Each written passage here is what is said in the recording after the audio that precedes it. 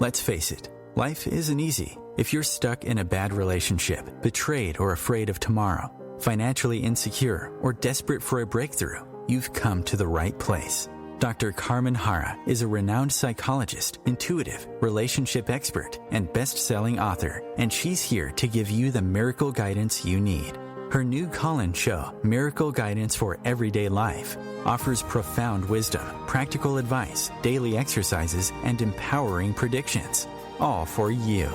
Dr. Harra's show aims to eliminate everyday problems, big and small, with topics like healing your relationships, reclaiming your power, achieving better health, dealing with loss, and so much more. Regain the joy, stability, and fulfillment you deserve to feel.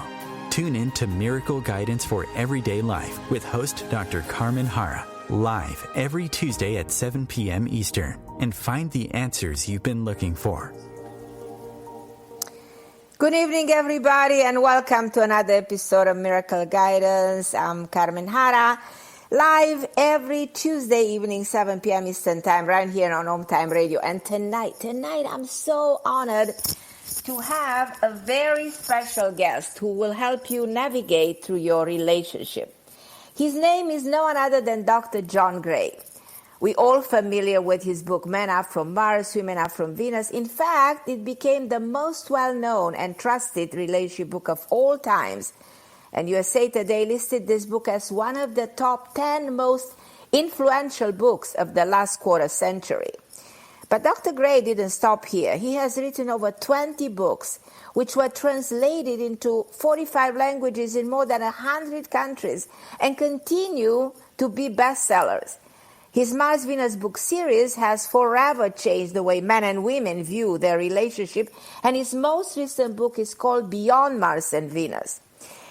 I know that he helped men and women better understand and respect their differences in both personal and professional relationship. His approach combines communication techniques with healthy nutritional choices that create the brain and body chemistry for lasting health, happiness, and romance. Now, his many books, blogs, and free online workshops at marsandvenus.com provide practical insight to improve relationship at all stages in life and love.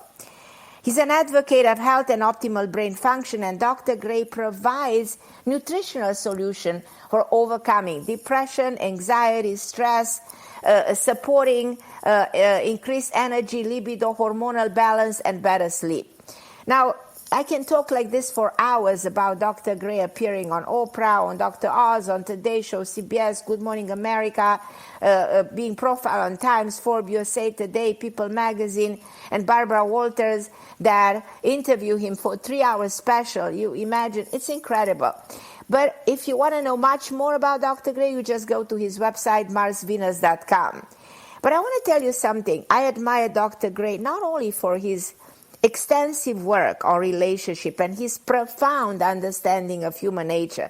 I admire him for his amazing and unconditional love for his wife and soulmates, Bonnie. So I said to myself, without his permission, I decide to dedicate tonight's episode to his beautiful wife, Bonnie Gray.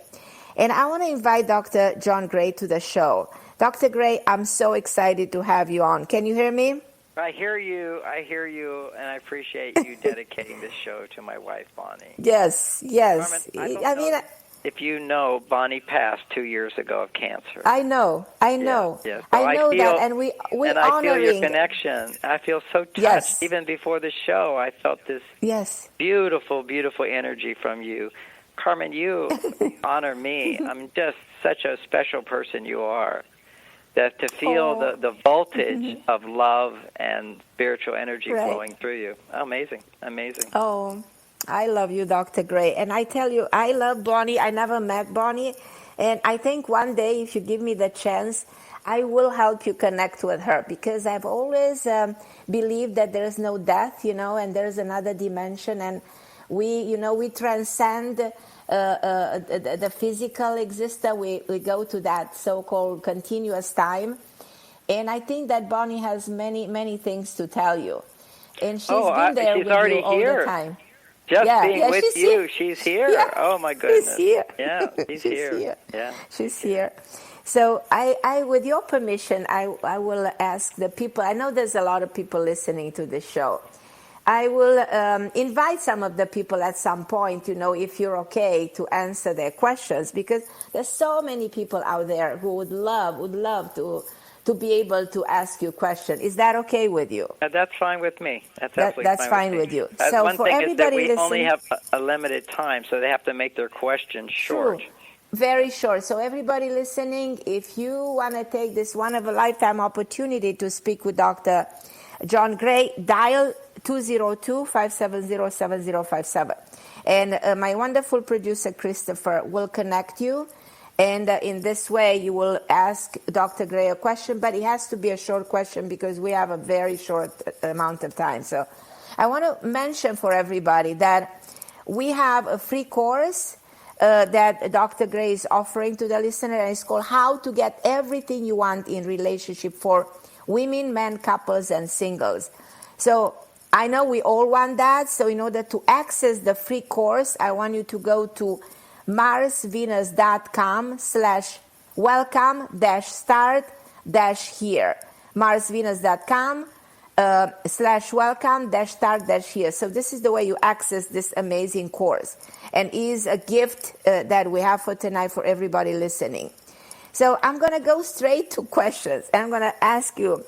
My first question is, what inspired you to write your latest book, Beyond Mars and Venus? Well, because we're going to do question and answers, I'm going to try to keep my answers as short as I can, which is challenging.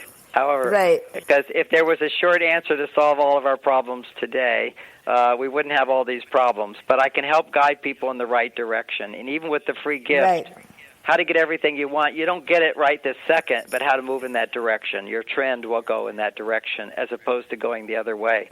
One of the things about Bonnie is Bonnie shared with me that she knew that whenever we had an upset, I would stop talking, go to my cave, and do some magic, and come back with more love. And she said, not just come back loving, come back with more love, so she could open up more and more, and we could grow together in love. And that's the promise of marriage, if we have the right tools.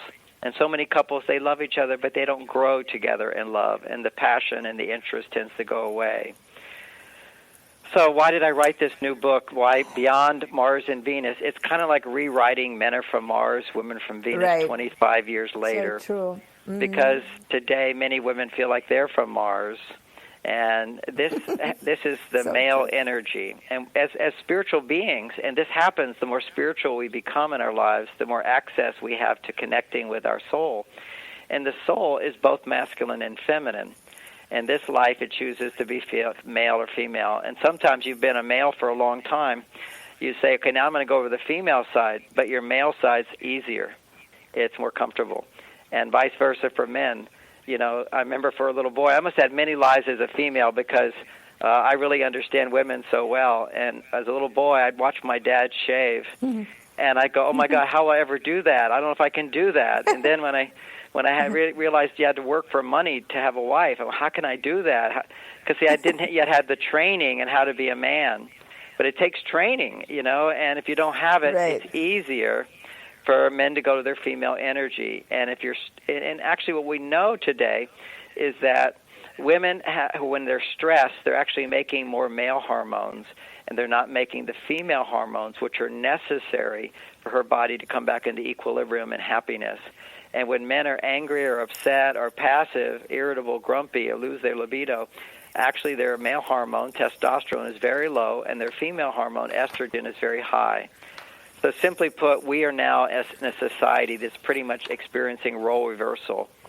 Men are having lower male energy, women having higher male energy. Men are having more female energy, which means female energy is feeling dependent on others to be happy. It's like, think about women throughout history. They depended on a man to protect them, to provide for them, so they could do the things in the home. Well, now women don't depend on men, and they don't know what they can depend on men for. It's often women say, getting married. Why? It's like having another child. I've got to. Exactly. So, and men become like a child. They become passive, and you have to take care of them, as opposed to, that's okay. For example, if you were cooking for your husband or cleaning up after him, if you felt that all day long he was doing something difficult or dangerous so that you would have food on the table and safety. But when your husband's just watching video games, it's not that thrilling. So what I did is I understood, very short, let me try to keep it real short. Maslow, last century, pointed out that when our lower needs can be satisfied by ourselves, then new needs emerge, and higher needs. And those higher needs are for love, intimacy, and freedom. And, America is based upon, the idea we want freedom and equality. And so the male part of us wants freedom. The female part of us wants intimacy. And women can easily go to their male side. It feels so good because they're free from the bounds of, just being in the home and doing nurturing, intimate things like that. They have a balance that came in. And for men, if I don't have to work, I can do more enjoyable jobs, then I'll go to my female side. There's so many things like drugs. I can depend on them. Dependency becomes addiction. And for men, you have so much more addiction in men than women. But actually, women do have an addiction where they're addicted to their male side. This feeling like you can't stop, you can't relax, that you're on go all the time, must do, must do, must do. That's a woman's brain today. She tends to be addicted to feeling overwhelmed, to doing, and that's her male energy. And men get addicted to their female energy, which is sitting in front of a TV set and watching a game, drinking a beer. Biologically, what's happening for men is their estrogen levels are rising as they get older, and their testosterone levels are going down. It doesn't have to be that way. And the nature is such that our estrogen as men, our female energy will increase as we get older, but it shouldn't have to mean our male energy goes down. That's the thing. See, for me, I have high estrogen levels like most men at almost 70 years old, but my testosterone is like a young 25-year-old. So I have both those hormones, and that's not common today, but a long time ago it was normal. We have changed, and we've gotten, in the last 30 years, we've changed a lot. As women have become more independent, it's hard for them to not be overwhelmed and sort of turn off the brain. And for men, it's hard for them to feel the kind of motivation and selflessness that men used to feel when they go off to battle and they sacrifice their life. Yeah. You're saying that all of these changes have a lot to do, in the way we express ourselves, have a lot to do with the hormonal changes. And by the way, I want to tell you something that I would love to tell you. You lost your beautiful Bonnie to cancer. I lost the husband that I loved for 27 years to cancer too. So if somebody understands what you've been going through, I do understand with all my heart. And that's why that's why I felt so much just getting on the phone with you. A kindred spirit, yes. And we have, you raised 3 beautiful kids. I raised 3 beautiful girls. I mean, it's like the similarities. I felt like I was where you are right now, a little bit before you, because my husband passed before Bonnie, but I so relate to everything you've been going through. And I'm such an advocate like you are of mental health, and understand how significant it is balancing, everything that's happening with the catecholamine in the brain, with the neurotransmitter, with the hormones. And you put it in such a way that people can rethink, what's happening to them in a way they never did before. They never did. They never thought this way. These are new ways of thinking. You know why it's new? It's because we're facing a new challenge that's never happened before on a large scale. And with every new challenge, there's massive opportunity, but there's also huge risk if you don't adapt. And I'm trying to help people adapt to these changes so they thrive. So they thrive, and how you feel that this psychological and emotional evolution and hormonal transformation is actually going to affect the love relationship for people. Oh, okay. So now the next thing is, now let me speak a little biology. What happens in the body is there's an imbalance going on, and it has two major causes, maybe three major causes. Let me talk about the first two. One is I feel that in the 60s there was a spiritual revolution. I was a child of the 60s. I grew out long hair. I wanted to get high, learn to meditate. I demonstrated for peace. I didn't want to go to Vietnam. It was all, those are not traditional things for men. You don't wear your hair out. If you're an entertainer, you do, who are creative people. But basically, you just didn't do that. I grew up in Texas. I was kicked out of school for wearing bell-bottom pants and long hair, and I refused to change. Okay, so I still have my rebellious part of me, but that was actually a man going to his female side. And the women during the 60s, they were all out there going free sex and let's change the world, let's run the companies, we're going to all become CEOs and break the glass ceiling. And they were thrilled. It was like we were aroused. Women were aroused to become free to be their masculine side, and men were so excited to be free to go onto their female side and enjoy life more, love, peace, happiness, learn to meditate. That was the whole thing. So having said that, that was a connection to spirit. And this is where this idea came from me. So it's just my experience, is that one day I was meditating, and, it wasn't like an internal voice talking to me. That happens all the time. But literally a voice spoke out loud to me. It just said so loud. It's so amazing. It said, "Hi, John." That was it. Now, that voice, whatever we're going to call that voice, was the perfect balance of powerful masculinity, something you could trust and depend on and just were inspired to be next to, and so much feminine love and caring. It's just like it was so loving and beautiful how both those things could coexist. And then I realized, wow, as we become more spiritual, we become one with the spirit, which is both masculine and feminine. So I feel a basic shift has happened. And, often people in the kind of the New Age community, whatever, talk about ascension. I think we ascended then, and that we ascended to a part of our brain that can self-reflect and embrace both our male and female side. But the problem is, if you've been a woman in a brain of a woman for, so many millennia, and now you have the freedom to go to your male side, to have both your female and your male side together is ecstatic, because you're going from female to male. But on that midpoint, think of a pendulum going one direction to another. You've been way over on the female side. Now, as you're moving to the male side, that center point, that's the magic place where we're like connect with our divine self, which is both masculine and feminine. So that's a very interesting metaphor for looking at it. It's on a spiritual level, we've ascended, we have permission, freedom within ourselves. If we use that freedom, not everybody uses it. You can swing from one side, you can go to the other. Okay, now having said that, then there was another thing that happened simultaneously, is that Monsanto came along and created these powerful, powerful pesticides, which basically are called xenoestrogens.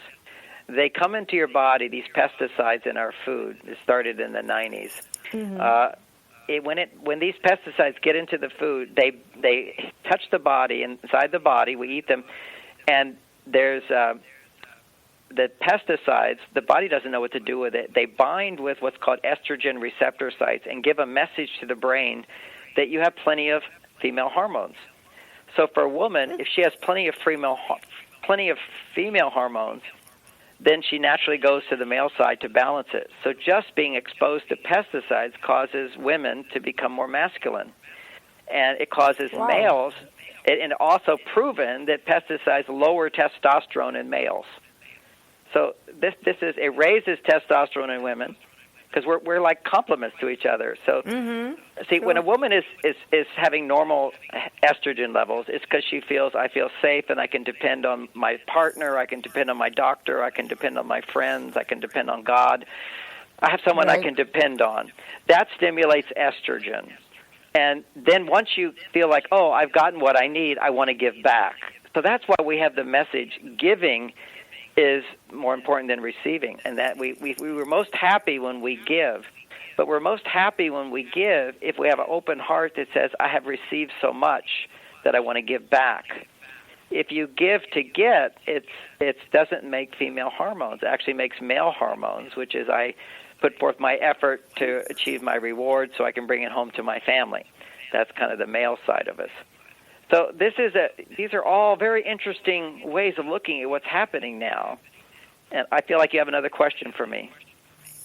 I have a lot of questions. I know, but I just want to know what... Yeah. I can feel your mind whirling around on what I just said. Yeah, so exactly. I was just thinking, wow, this is amazing. You know, I never really thought, I never, put it from this, but you're absolutely right. You're absolutely right. So for everybody, this changes the perspective, of the way we function, the way we think, the way we will evolve in the future.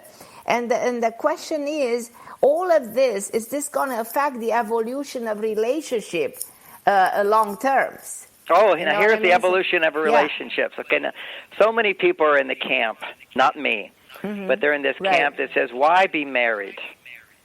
Okay, they just think, hey, everybody's getting divorced.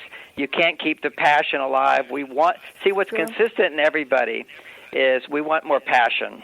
We've tasted it. Sure. Because, see, when you're on your male side, you go towards your female side, right in that midpoint, you are passionate. That's actually the genius place. That's where the higher self can really manifest, can incarnate into the body, is the flow state where you're in both your masculine and your feminine. I'll give you an example. Right now I'm in flow state. Talking to you, I went even a higher state of flow state where the divine flowed through me because of your presence and our oneness. But the flow state is where you're serving and enjoying it and getting more out of it than the other person's getting. So you're giving and receiving at the same time. It's a little bit like what parenting helps us to learn to do, which is when you give to your children, you're giving to yourself. You feel that oneness with them. But it goes to a higher flow state when you can give to others that are not your children and connect with them, and it's giving to yourself. And a soulmate is giving to Bonnie, help me find my female side and have my female side and my male side at the same time. If I was loving her, I was attracted to her, and this is what soulmates are. You're attracted to someone who their gender is an expression of your own gender, and any conflict you have with them is your resistance to embracing your own gender, your own. And it's a simple idea, like say Bonnie like to have the house be clean. And I'm kind of messy.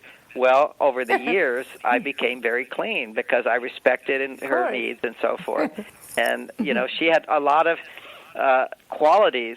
And as she's passed, it's like she's left even more of herself in me because the healing of letting go is actually bringing them back inside. And one of the things for Bonnie is she loved trees. And we live in, a forest, and we have big redwood trees. Now, I'm enamored with the trees. I walk through the trees. It's like I have Bonnie's eyes as well as my own. And that is balancing the masculine and feminine. And that's what having a loving relationship allows us to overcome the hurdles of resistance to each other and coming back to love. But most people don't have those skills to do that. So what's happening is this role reversal's happening.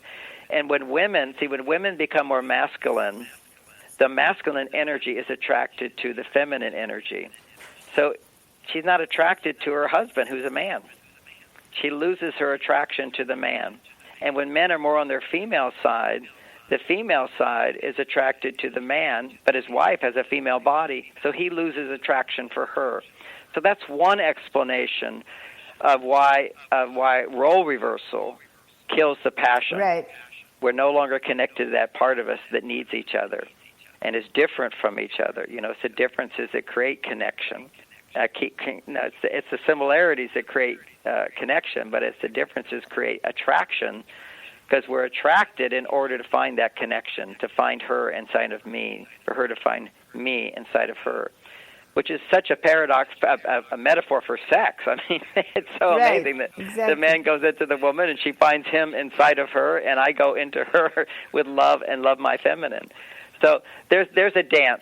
So back to your question, what's the evolution of relationships? I have experienced the evolution of relationships in that I watched my parents.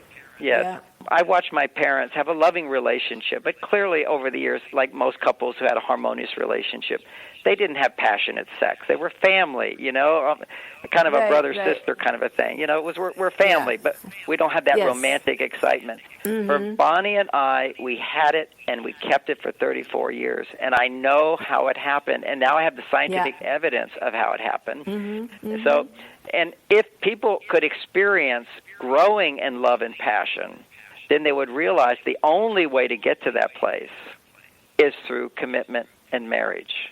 That's what my experience is. Now, you may not have to put a marriage certificate on it, but it's the commitment. It's a woman. Bonnie told me this right away in the first year of marriage. I'll share a little quick story, which is, I travel and teach seminars, and I was becoming more and more famous then. And I went away to Fairfield, Iowa.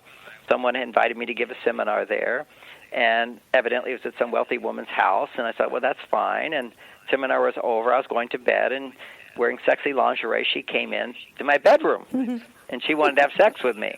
Well, I'm in a monogamous relationship. This had never happened to me. I'm not like some rich, famous guy that women want to jump in bed with, but suddenly I'd become one. So I remember spending about 2 hours as she tried to convince me to have sex with her, and I'd say, well, I don't think my wife would feel that way, would be so happy with that. And she'd say, you don't have to tell your wife, et cetera, et cetera. But anyway, I did not have sex with her, and I went home, and I told Bonnie, I said, Bonnie, there was this woman, and she came into my room, and I was away, and you know how much I enjoy sex with you. I could actually have enjoyed sex with her, and it would just been a joyful experience. And it doesn't mean I doesn't love you. Would you give me permission to do that? And she said, John, I'm not in control of you, but I want you to know how it makes me feel. And whether these feelings are right or wrong, I don't know. All I know is that if I thought that when you traveled to other places, a woman wanted to have sex with you, my heart would just close down. I would be so afraid of losing you to a younger, more beautiful woman. And I don't feel like I could grow in loving you. And it's hard enough for me to trust, because of my own issues. To grow in love, I need that from you. And so I said, okay, then you have it. Okay, I just need a logical reason to do it. And clearly, that was her experience. Now, there's a truth to that, which is that if a man, we know that as many men, if they're successful, they grow in power, which makes them more attractive to women. And women, if they're young and beautiful, they have the power of attracting men. And women know as they get older, they lose some of that power, unless they know their real power, which we can get to. But most women don't know that. And so there's always a threat that I could lose him. But there's even something more that I discovered through monogamy. But the second thing I learned by being monogamous with my wife is that I bonded with her more. See, the more you know somebody, the more deeply you can go into sex and enjoy that passion. And what happens is a lot of men go, oh, you give up your freedom. And I said, no, you don't understand. When you learn how to have a good relationship, open-hearted sex, your intimate moments are open-hearted, what happens is that you bond so deeply that to bond with somebody else would be eating out of junk food. And for me, there was this realization that I didn't give up any freedom. I gave up the desiring for other women that don't want to be with me. And I have the freedom to be with a woman who does want to be with me. I don't have to look anywhere else. Part of that came from the recognition that the purpose of sex for a man, he thinks it's just sex and the pleasure and so forth. But I learned early on that the purpose of sex for men is to feel the deep love in their heart. Sex can open a man's heart up more than anything in most cases, because sex by its nature is estrogen producing. As long as you feel successful and you know how to do it and your wife thinks you're successful as a husband, your testosterone levels go to higher levels at that time than any other time. So what happens is by having a monogamous relationship, you have the opportunity to go to higher and higher levels of sexual fulfillment. And because the love increases. And, when you just meet somebody, whatever, there's a sense of newness that creates a passion. But that newness always goes away. In previous generations, people accepted that. They said, well, that's the honeymoon period. It goes away. But people today, they want to have that amazing, intimate experience of both the masculine and feminine energies being activated together. And we call that romance and passion. Some men might call it out of your mind sex, okay? Fantastic sex. And that's and it's so fantastic. Why would I want to think about it with somebody else? But here's what happens why men think about it with somebody else. And this is I wrote a book called Mars, Venus in the Bedroom. I couldn't put this in this book because I didn't have the research. It's what Bonnie and I practice, which is generally speaking, we only had sex once a week. And I didn't know why, because there was a lot of pressure on me as a relationship expert. People always say, well, how much sex do you have? And if I said once a week, only once a week, I remember one of my single guys saying, once a week? I'm having sex 3 times a day with my girlfriend. I said, yeah, how many weeks is this relationship going to last? Yes, exactly. Show me 34 years of great sex. Well, what I didn't know then is I just said I'm going to follow my own intuition here and do what feels natural to me. I'm not going to force it. So what happened is now the Japanese have done a study, and they've proven that when you have sex once a week, that means when you have sex for men, they ejaculate. After a man ejaculates in sex, his testosterone levels, his male energy is cut in half. This is measurable. That's kind of like Saturday night sex, and then Sunday morning we're going to sit at church or we're going to watch the football game. We're not going to do much. Yeah. Men's energy drops, and anybody who's married has seen that. Okay, so the energy level drops in a man afterwards. Well, biologically, his testosterone went down 50% from where it was on Saturday evening. Now, if he doesn't ejaculate for 6 days, on the 7th day, when he wakes up, his testosterone levels will be twice as high. He will double. And he becomes the man who can make passionate love to his wife. And what we now know is that when a man's testosterone levels double, it dramatically increases a woman's estrogen levels so that she can open her heart. Isn't that amazing? That biology, that's science has shown that. It's just amazing. It's just the most amazing thing I've heard in a long time. I had no idea. Yes, now we have a scientific reason for monogamy. Now here is the biology is actually built for monogamy. Everybody talks about how men's biology is not built for monogamy. Actually, exactly. It is. Everybody's talking about it. Everybody talks about that, but nobody understands what I'm about to explain. Okay, so. Right. When a man has sex with a woman who doesn't love him, his testosterone will go down 50%, and he will crave to be in another sexual experience as quickly as possible. Okay, sex produces so much dopamine, it's like taking a hit of cocaine or eating an Oreo cookie.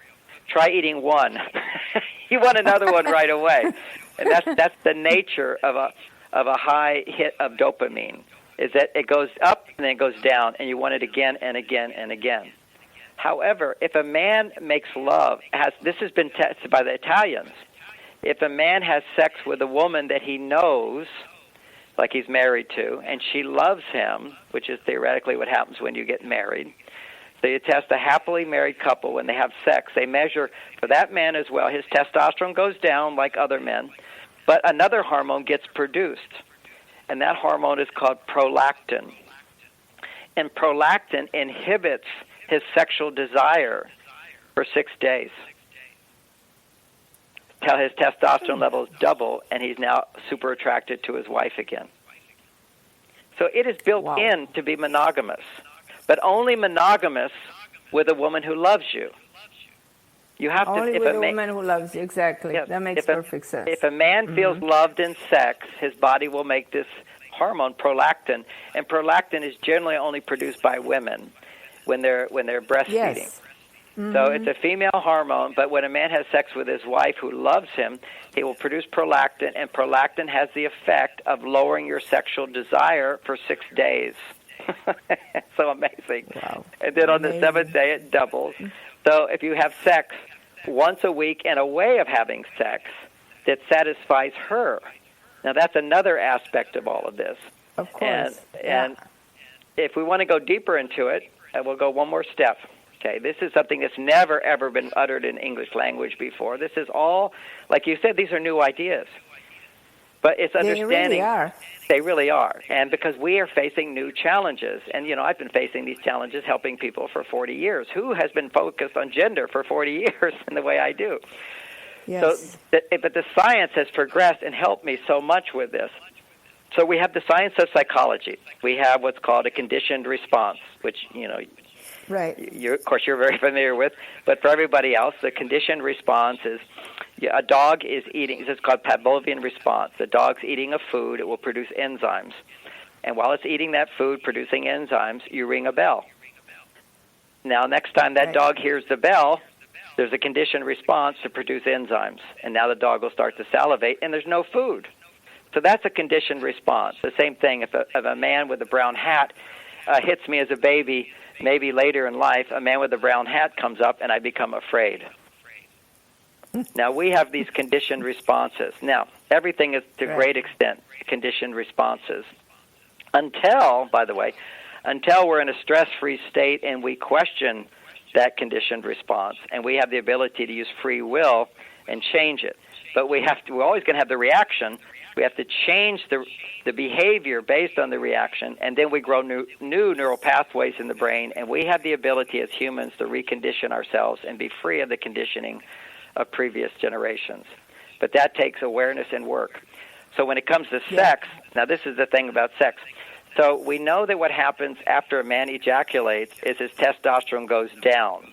When a man has low testosterone, he needs to withdraw to rebuild testosterone. You see, connection creates estrogen.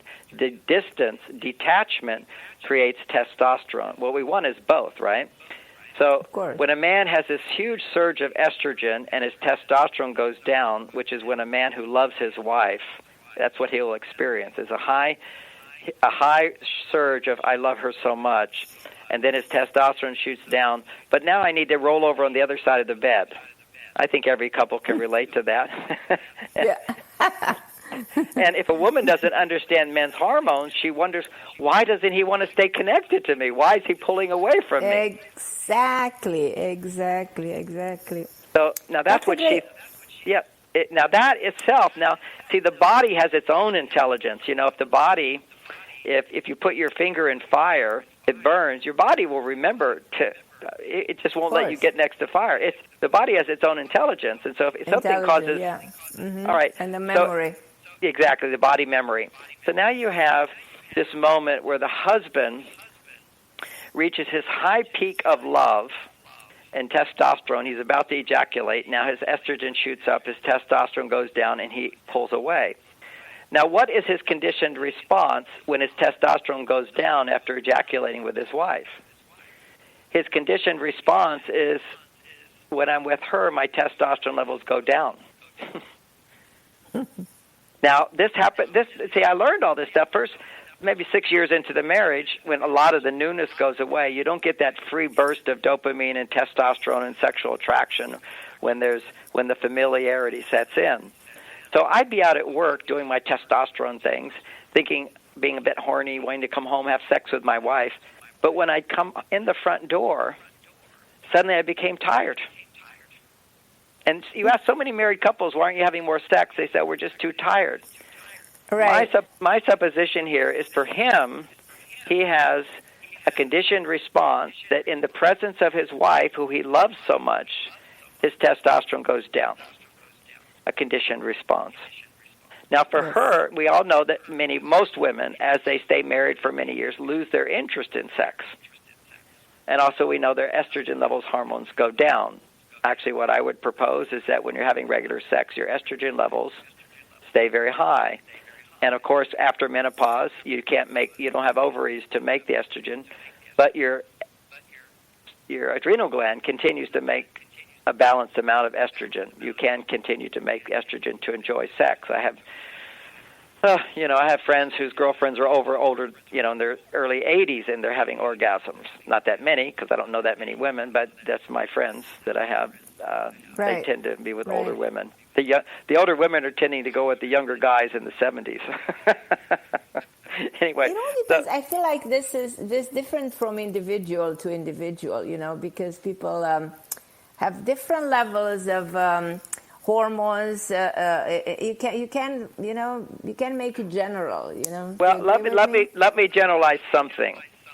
Is when you're having orgasms, your estrogen levels go higher than normal. That is for sure. Yeah. Okay, now we know that's for sure. Now let's say every time your estrogen goes higher than normal, what does estrogen do? It allows you to feel open, like I can depend on this person. So at that moment of feeling more that I can depend on this person, they disappear. They pull away. Right. What's the conditioned response? I don't want to open up that much. Right. That's all I'm talking about. So when you go open, so couples over time, and again, everything I say is just generalizations based on the majority of couples, they lose interest in sex. And what I'm saying is they've lost interest in sex because of conditioned responses. And you don't have to lose interest in sex, because if there's also something in psychology which is counter-conditioning. Right. If a man doesn't ejaculate for 6 days because he's being monogamous with his wife and having sex at appropriate times, so his testosterone levels double again, as soon as his testosterone levels double and his advancement towards sex with her, that sends a message to recondition her. Oh, he's back with more. He's back with more. That's called counter-conditioning. So that's the point of we become conditioned to not have sex. If you don't ejaculate for 6 days for a man, you double your testosterone. He's back. And I'll share just a metaphor for that, which is at 23 years in my marriage with Bonnie, I asked her how she rated me as a husband. Because what is happening around 23 years is we're literally in harmony almost all the time. So I thought, okay, this is my time for a good rating. And she said, as a father to our children, I couldn't imagine a better man. As a husband, you're not perfect, but you've given me the greatest gift any woman could want. And I said, what's that? She says, John, I know sometimes I can say things and upset you. And when you get upset, you stop talking, you go to your cave, you do some magic, and you always come back with more love. And that coming back with more love, she then said, so therefore I know with certainty that I'm never going to lose you. You'll never leave me. You make me cry, Doctor. Great. I felt it too, because I don't have her in the physical form right now. But to a woman, and I saw so clearly, for a woman to bond, we're talking about a bonding that's not just in the logical prefrontal cortex, but in the whole brain, the monkey brain, the instinctive brain, the primitive. So all of you bond with him and her.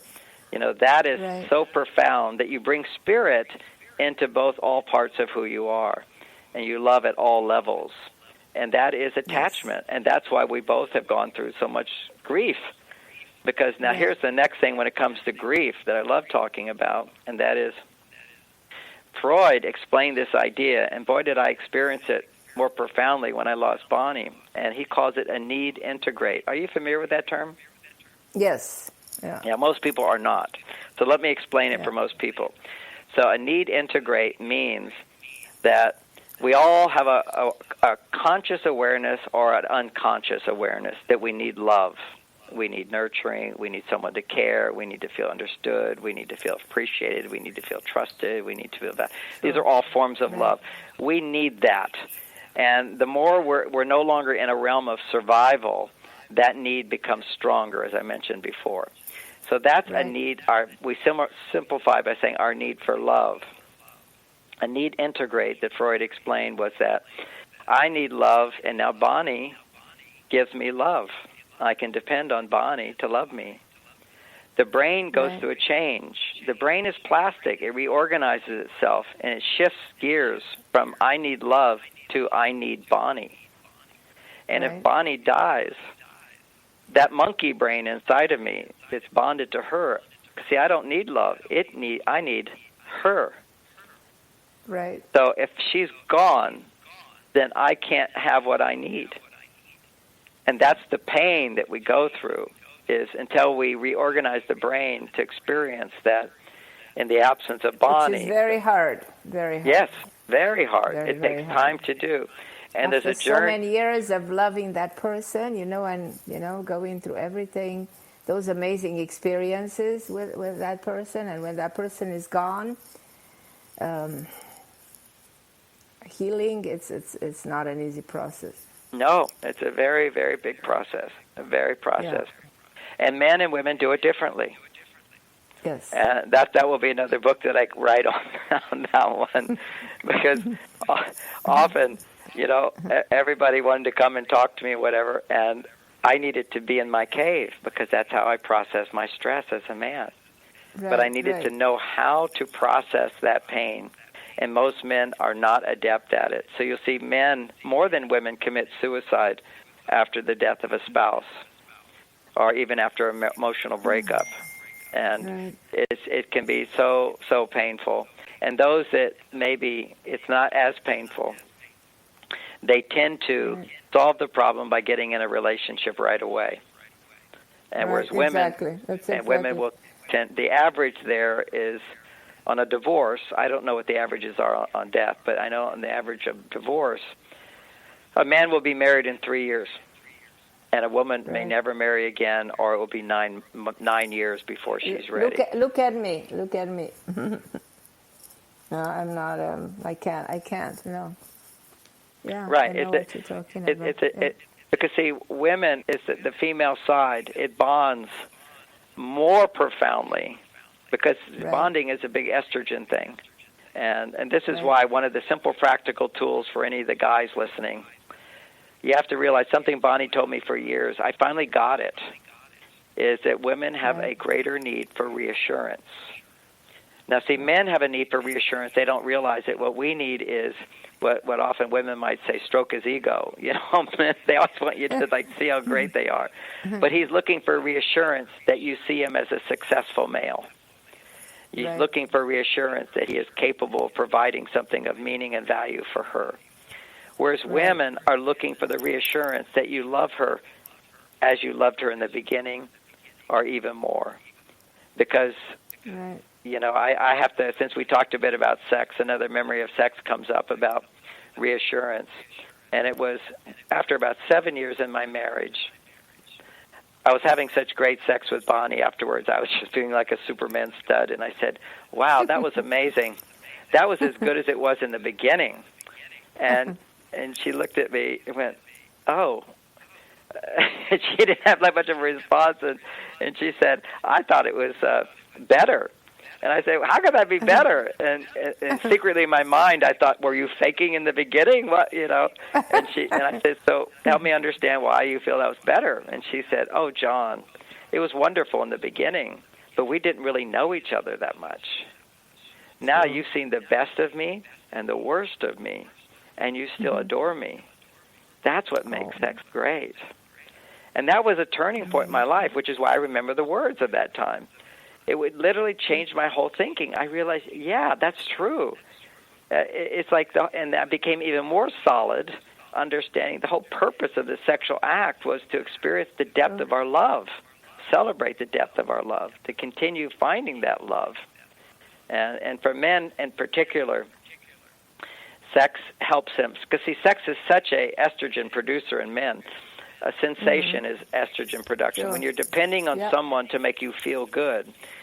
So when a man, likes sex, he's depending on her invitation to have sex to feel good. So that's where he feels the most vulnerable is in sex. It's where he feels the most estrogen in sex. But it's also the place where he can feel the most love, and he can let love come in. I remember once watching a movie of a guy who'd been in jail for, a murder rap, and finally they found out he was innocent, and he got out of jail after 32 years of being a hardened person in jail. And some woman took compassion on him and had sex with him. They didn't end up falling in love or whatever, but she was just being kind, cutting his hair, and she realized what he'd been through, and they ended up having sex. And this scene showed, you could just see his heart.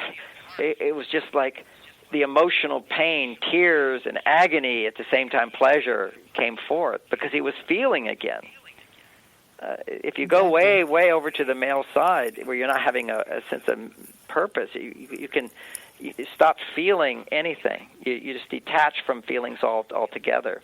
And so here he was feeling again and feeling all the pain that he had suppressed was coming up, which is often why often when women have orgasms, they'll cry, and guys kind of go, "Why are you crying?" She says, "I'm crying tears of joy." But actually, it's letting go of those deep fears of being alone that can happen. So we're going to take questions from people. Yeah, one lady, Karen. Hi, Karen. Are you with us from California? Yes, I am. Karen. Wonderful information. I can't wait to read your book, this new book. Thank you. So what is your question, Carrie, for Dr. Gray? Yeah, okay. So it has to do with, dating in 2020. Had met a guy for 10 months. All he does is text, like maybe once in the morning or maybe at night. And a lot of flirting goes on. But it never escalates to taking me out or even talking on the phone. And I'm just wondering, what is this? He's somewhat of a popular type of a figure. I do know he's known as someone who's kind of like a great guy. I know he's single. And I see, like on social media, I'll see that he likes other women's photos, but never mine. But yet he finds me so beautiful and he says all these things, but it never goes anywhere. And I'm just wondering, what is going on with like the mentality of a man like that? And I believe he's in his 50s. I'm kind of stumped because I'm not in that texting world. I'm just thinking, he's definitely in his comfort zone with you. He's in his comfort zone. And I don't know how insecure he is or confident he is. Has he been married before? No, never. Okay, so that now I know a little bit more about him. So he's afraid of commitment. Okay. So he's afraid of being rejected. That's why men are afraid of commitment. To understand a man's fear of commitment is that he has put forth his best self of what he thought should work, and it didn't work in a relationship. And now he's afraid it will never work in a relationship. Does that make sense? Yeah, interesting.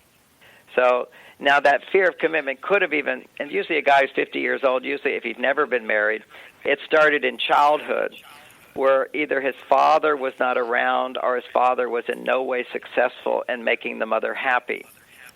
So a very unhappy mother gives to her son the fear of commitment because the boy will feel that no matter what I do, it's never enough to make mommy happy. Because boys only want to make mommy happy just like husbands want to make their wives happy. Husbands, when they want a divorce, they often say to me, no matter what I do, it's never enough to make her happy. It's the bottom line of men, because if I can make you happy, I can feel successful. So he's texting you, and so tell me one of the things he says in a text. Oh, compliments, a lot of flirting, a lot of like sexual talk, but also a lot of, you're beautiful, you're intelligent, he finds me stunning, and that's about it, And that really is who this guy is. That's about it. I would say next. If you don't want to say next, see, there's a type of man who can't commit, but they tend to be super romantic. Yeah. But that's all they can deliver. They can't go beyond that. So it's like, I'm going to do a generalization of the guy who wines and dines you and says all the right things and then disappears. Right. That's what I hear from women all the time.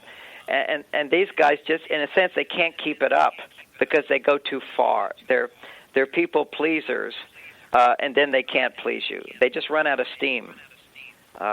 It's a lot of not him. It's a lot of lack of authenticity. He's just saying the words that make women happy as opposed to actually feeling them. So I personally would say next if you were my daughter. However, I would, if your intuition, I also respect intuition. If your intuition is, I have to ask a more personal question, but when he texts you, does it turn you on or are you just curious? No, it does turn me on. He's the wrong guy. He's the wrong guy. Wrong guy? Yeah, he's definitely the wrong guy for you. Because what's happening is there's a part of you that gets turned on by guys who aren't available to you. So what I suggest is to look at that is, let me try a different strategy and not spend time with men who want me more than I want them. See, you want to find a guy who's pursuing you more than you're interested in him. And here's the aha with this.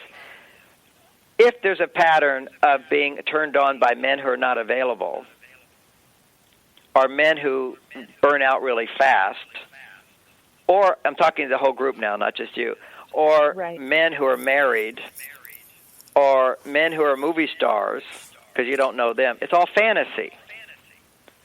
So if you're turned on sexually by fantasy, the reality is you're not so turned on by reality. So let's say there's a guy which actually has the potential to be the right guy for you. You're not going to be turned on to him right away. So what I would suggest is, if he certainly meets some basic requirements, he's not your soulmate, he's not the perfect guy, but you think that, hey, here's somebody who could flatter me, be with me, and I could practice my new skills with him, which you'd read about in my book, you might then change that pattern. But regardless of patterns, I'd say next with this guy. He's a guy who can't commit, likes to get points for doing nothing. Okay, great. Thank you so much. Thank you. Well, we're at the end of the show, and I want to thank you, Dr. Gray, for being my guest of honor. I cannot thank you enough. And for everybody listening, please visit Dr. Gray's website, marsvenus.com. He has a live every Thursday between 10 to 12 Pacific time on Facebook. And, this was an incredible show. Dr. Gray, you are just